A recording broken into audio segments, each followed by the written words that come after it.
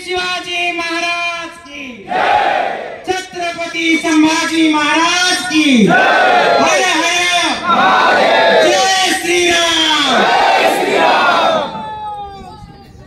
एका दोघांचं हे काम असू शकत नाही। त्याची बैठक झाली असेल, हे ठरलं असेल, तो सय्यद उठला आणि नीलकंठेश्वराच्या मंदिरामध्ये गेला, असं होत नाहीये। याच्या पाठीमागं मोठा षडयंत्र आहे आणि म्हणून माझ्या पोलीस भावांना माझी विनंती आहे, याच्या मुळापर्यंत जावा, त्याचं घर पाडता येतंय का बघा, करा धाडस। राज्यामध्ये मुख्यमंत्री खमकाय। यवत या ठिकाणी निषेध सभा झाल्यानंतर दुसऱ्याच दिवशीच कथित पोस्टमुळे दंगल सदृश परिस्थिती। दौंड तालुक्यातील यवत या ठिकाणी 31 जुलै रोजी 6 वाजता झालेल्या निषेध सभेनंतर दुसऱ्याच दिवशी इंदिरानगर झोपडपट्टी येथील बेकरी चालकाने एक आक्षेपार्ह पोस्ट व्हायरल केली।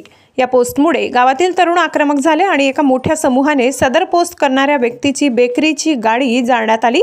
सदर व्यक्तीचे घर सुद्धा फोडून जाळण्याचा प्रयत्न करण्यात आला। बेकरीमध्ये अडकलेल्या 13 लोकांना बेकरीचा दरवाजा तोडून पोलिसांनी सुखरूप बाहेर काढले।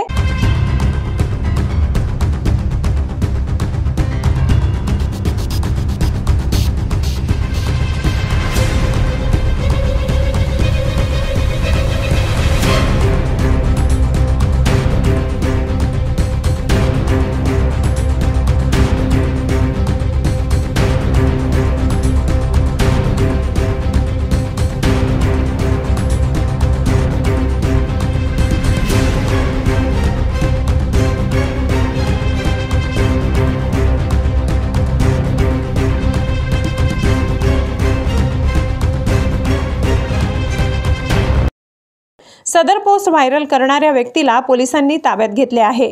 काही वेळातच पुणे जिल्ह्याचे पोलीस अधीक्षक गिल यांनी सुद्धा घटनास्थळी भेट देऊन घटनेचा तपशील जाणून घेतला। तसेच कलेक्टर जितेंद्र डुडी यांनी सुद्धा घटनास्थळी भेट देऊन कलम 163 अंतर्गत जमावबंदी आदेश लागू करण्याचे आदेश जारी केले। राज्याचे उपमुख्यमंत्री अजितदादा पवार यांनी सुद्धा पुणे येथील आपले काम आटोपून यवत या ठिकाणी भेट दिली।